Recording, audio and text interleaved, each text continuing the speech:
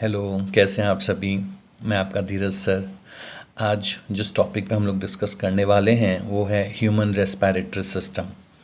अगर हम human respiratory system को देखें तो पहला वर्ड ये आता है कि रेस्पिरेशन क्या है। तो रेस्पिरेशन को अगर आप जनरल अगर वे में हम देखें तो थ्रू द रेस्पिरेशन हम लोग क्या करते हैं, एनवायरनमेंट से ऑक्सीजन को इनहेल करते हैं और हमारी बॉडी के हर पार्ट तक पहुंचा देते हैं। और बॉडी के हर पार्ट से जो CO2 है उसको हम लंग्स के थ्रू पहले लंग्स में इकट्ठा करते हैं और फिर एनवायरनमेंट में रिलीज़ कर देते हैं। तो इस तरह से O2 और CO2 का जो एक्सचेंज होता है वो हमारे रेस्पिरेटरी सिस्टम के थ्रू ही होता है।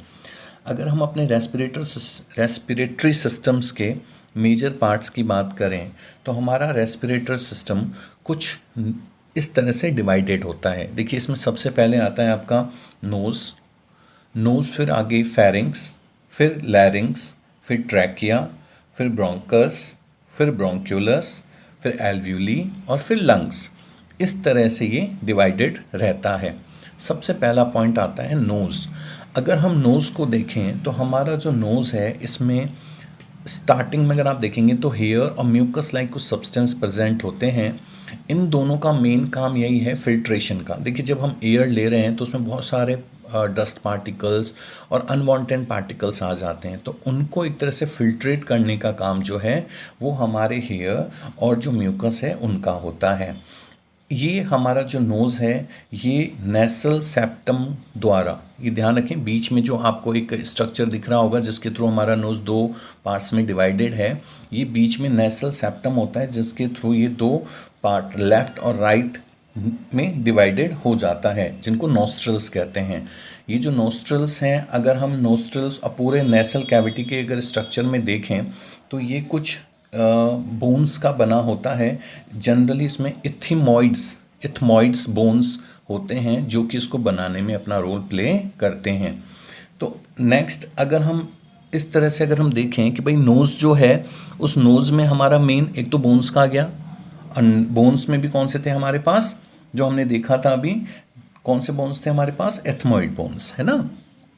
नेक्स्ट नोज़ आगे की तरफ अगर हम देखें तो नोज़ फिर नेक्स्ट आगे की तरफ फेरिंग्स में चला जाता है। नोज़ जब फेरिंग्स पार्ट में कन्वर्ट होता है तो देखिए फेरिंग्स जो है, फेरिंग्स मुख्य इसका जो मेन वर्क होता है वो ये होता है कि जो भी हमारे पास एयर नोज़ से एंटर हुआ है वो फेरिंग्स में ही जाता है। फेरिंग्स इसका एक पार्ट है और ये जनरली स्फिनॉइड बोन्स का बना होता है। किसका बना होता है, स्फिनॉइड बोन्स का। और ये लमसम 12 to 14 सेंटीमीटर लॉन्ग होता है, 12 to 14 सेंटीमीटर लॉन्ग होता है। और इसके अंदर अगर हम इसको आगे डिवाइडेड करें तो ये मेनली 3 पार्ट्स में डिवाइडेड होता है, नेसोफेरिंग्स, oropharynx and third is laryngopharynx. ये जो तीनों पार्ट्स होते हैं ये इसको मेनली 3 पार्ट्स में जब हमने डिवाइड किया तो उसका मेन रीज़न यही था कि ये जो तीनों पार्ट्स हैं इनसे एयर होते हुए नेक्स्ट लैरिंग्स में पहुंचती हैं। लैरिंग्स एक तरह से हमारा जो हम साउंड प्रोड्यूस करते हैं वो लैरिंग्स ही है, लैरिंग्स से ही हमारा साउंड प्रोड्यूस होता है क्योंकि इसमें वोकल कॉर्ड्स होते हैं और जब उनमें वाइब्रेशंस होती हैं तो हम साउंड प्रोड्यूस कर पाते हैं। और साथ ही साथ आप एक चीज़ और ध्यान रखें कि जो हमारा लैरिंग्स है उसके दोनों साइड में 2 थायराइड ग्लैंड्स प्रेजेंट्स होते हैं जिनके थ्रू थायरॉक्सिन हार्मोन भी सिक्रेट होता है। साथ ही साथ ये कुछ कार्टिलेजेस का बना होता है, उन कार्टिलेजेस के नाम आप अच्छे से नोट कर लें, thyroid cartilage, cricoid cartilage and third is arytenoid cartilage. अब ये जो लैरिंग्स है ये आगे की तरफ अगर हम देखें तो ये नेक्स्ट पार्ट में अगर आप देखेंगे तो ये जो है वो ट्रैकिया में चला जाता है। ट्रैकिया जो है ये इसका टोटल अगर हम देखें तो इसकी लेंथ लमसम 12 सेंटीमीटर के आसपास होती है और ये रिंग्स का बना होता है और ये रिंग्स आपस में एक दूसरे के ऊपर अटैच रहते हैं। इसका काम है कि जो भी एयर आपका फेरिंग्स लैरिंग्स से होता हुआ आया है वो ट्रैकिया के थ्रू आगे ब्रोंकाइस की तरफ भेज दिया जाता है। ब्रोंकाई। नेक्स्ट आता है हमारे पास ब्रोंकाई। ब्रोंकाई जनरली दो पार्ट्स में डिवाइडेड होता है, लेफ्ट ब्रोंकाई और राइट ब्रोंकाई। अब इसमें जो हमारे पास जो लेफ्ट ब्रोंकाई है वो राइट से थोड़ा सा स्मॉलर होता है साइज में, और ये दोनों ब्रोंकाइज, जो लेफ्ट ब्रोंकाइज है वो लेफ्ट लंग्स की तरफ चला जाता है, और जो राइट ब्रोंकाई है वो राइट लंग्स की तरफ चला जाता है। नेक्स्ट फर्दर ये जो ब्रोंकाइज हैं ये फर्दर डिवाइडेड होते चले जाते हैं और इनका स्मॉलेस्ट पार्ट बनता चला जाता है, और इनका जो स्मॉलर पार्ट होता है दैट इज कॉल्ड ब्रोंक्यूलस।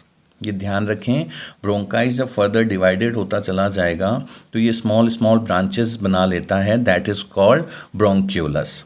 और ये ब्रोंक्यूलस फर्दर और भी डिवाइडेड होते चले जाते हैं, और ये धीरे धीरे जब ये आपके स्मॉल बैलून लाइक स्ट्रक्चर में कन्वर्ट हो जाते हैं तो दैट इज़ कॉल्ड एल्व्यूली।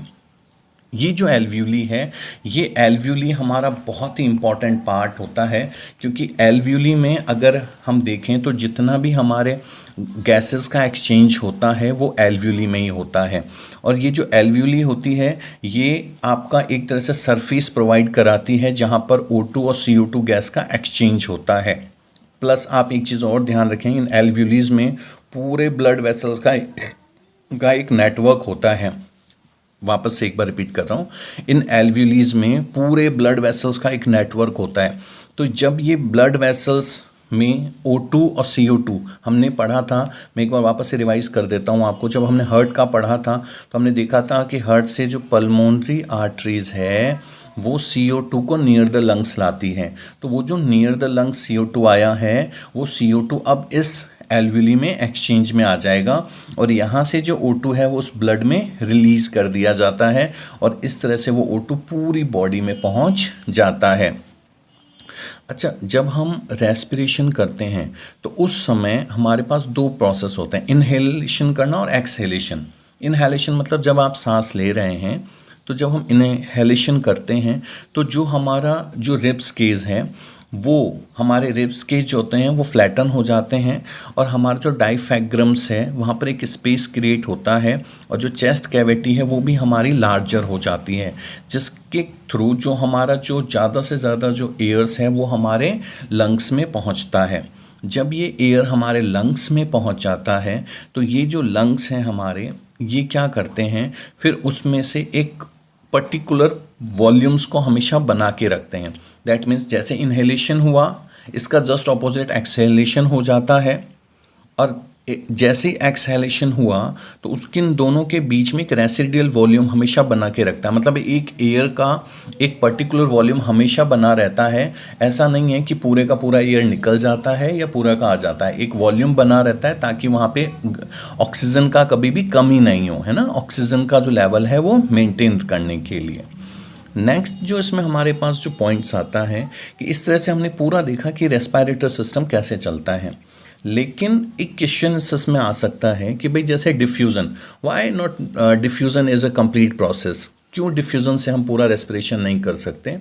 तो आपको बता दूं, जो रेस्पिरेशन होता है वो स्मॉल एनिमल्स के लिए तो ठीक है because they need a less oxygen, लेकिन अगर आप बड़े लेवल पे जैसे लाइक ह्यूमन बींग्स अगर आप बात करते हैं तो हमारे बॉडी के हर पार्ट में अगर डिफ्यूज़न के थ्रू अगर हम ऑक्सीजन को भेजना चाहें तो आप बिलीव भी नहीं कर सकते कि हमें लंग्स से हमारी टोज तक ऑक्सीजन को अगर डिफ्यूज़न से पहुंचाना है तो इट टेक्स 3 इयर्स, लगभग 3 साल चाहिए।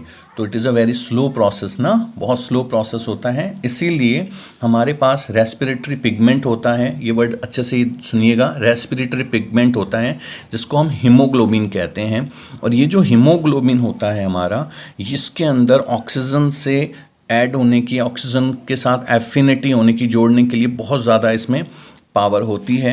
तो ये क्या करता है कि ये ऑक्सीजन के साथ अटैच हो जाता है और बाय द सर्कुलेटरी सिस्टम ये बॉडी के हर पार्ट तक पहुंच जाता है, और सेम इसी तरह से CO2 को वहाँ से इकट्ठा करके ले आता है। तो इसमें हमने देखा कि हीमोग्लोबिन का रोल भी बहुत ही इम्पॉर्टेंट है। तो इसमें आप लोग आज जो हमने रेस्पिरेटरी सिस्टम पढ़ा है तो इसमें जो बोन्स मैंने बताए आपको उनसे रिलेटेड आपके क्वेश्चंस आ सकते हैं, या हर पार्ट के बारे में जो हमने डिस्कस किया वो आ सकते हैं। तो आप लोग इनको अच्छे से देखें और इससे रिलेटेड कोई भी क्वारीज होती हैं तो डिस्कस करें। थैंक यू, और शेयर ज़रूर करें वीडियोज़ को, है ना।